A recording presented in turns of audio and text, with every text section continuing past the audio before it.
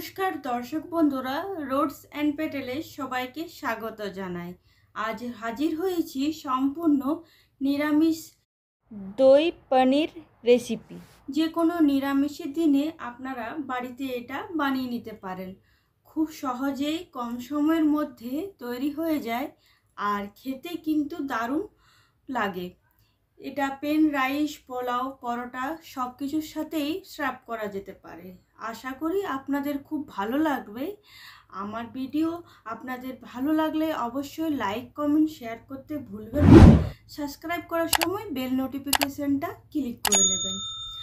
এরপর আমি এখানে 200 গ্রাম পনির নিয়ে নিয়েছি। কিউব সাইজে কেটে একটা পাত্রে তুলে নেব।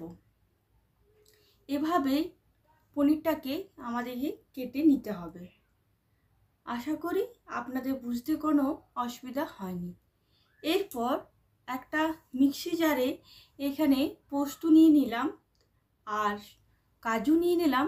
ভালো করে গুঁড়ো করে নেব। গুঁড়ো করে নেওয়ার পর এখানে 3টে কাঁচা লঙ্কা আর আদা নিয়ে নিলাম। আপনারা ঝালটা নিজেদের মতন করে নিয়ে নেবেন। এরপর কিছুটা কিশমিশ দিয়ে এর মধ্যে জল অ্যাড করে ভালো করে একটা পেস্ট তৈরি করে নেব।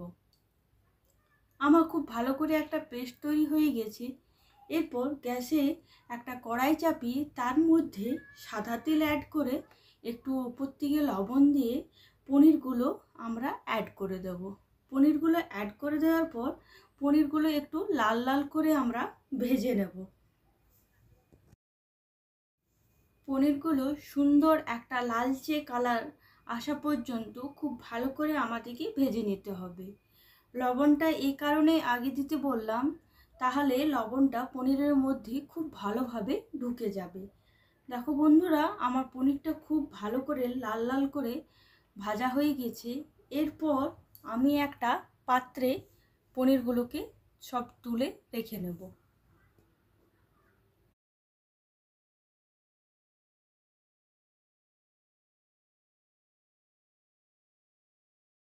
এরপর ওই কড়াইয়ে একটা দারচিনি, 4টে লবঙ্গ আর দুটো এলাচকে টুকরো করে ওই তেলে অ্যাড করে দিলাম।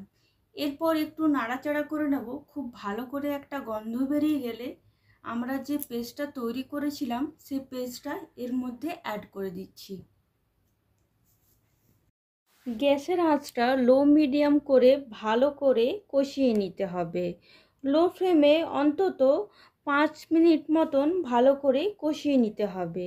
লো ফ্লেমে মশলাটা কষানো হতে থাক, সেই সময়ে আর একটা মশলার মিশ্রণ তৈরি করে নেব। যেহেতু দই পনির তাই দই তো অ্যাড করবই, তার সাথে কাশ্মীরি রেড চিলি পাউডার, জিরে গুঁড়ো, ধনে গুঁড়ো আর একটু হলুদ আর গরম মশলা অ্যাড করে দেওয়ার পর এখানে একটা ছোট্ট মতন জায়ফল নিয়ে নিয়েছি। এখানে গ্রেটারের সাহায্যে ভালো করে দইয়ের সাথে মিশিয়ে নেব।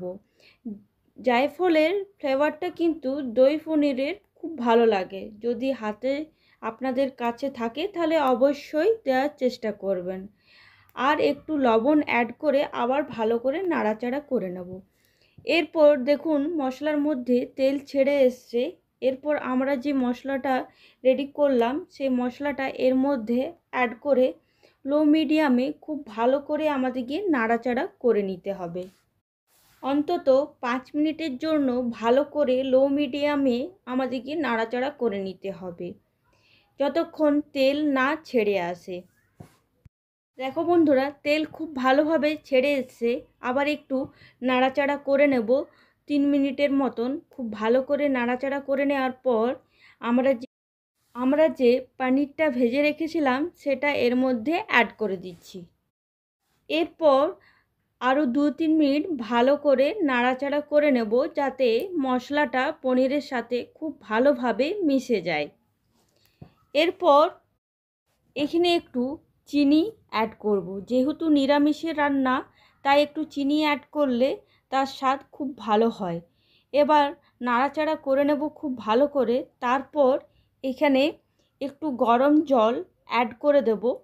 অ্যাড করে দেওয়ার পর মশলার সাথে খুব ভালো করে নাড়াচাড়া করে নেব। খুব ভালো করে নাড়াচাড়া হয়ে যাওয়ার এবার ঢাকা দিয়ে অন্তত 3 মিনিট আমরা লো মিডিয়ামে হতে দেব। আমার 3 মিনিট হয়ে গেছে, ঢাকা খুলে নিলাম। আবার একটু ভালো করে নাড়াচাড়া করে নেওয়ার পর এখানে ওপর থেকে একটু ধনেপাতা আর 2টো কাঁচা লঙ্কা অ্যাড করে দিলাম একটা সুন্দর ফ্লেভারের জন্য। আবার ঢাকা দিয়ে রেখে দেব 2 মিনিটের মতন। আমি 2-3 মিনিট খুব ভালো করে রান্না করে নিয়েছি। আমার গ্রেভিটা খুব ভালোভাবে হয়ে গেছে।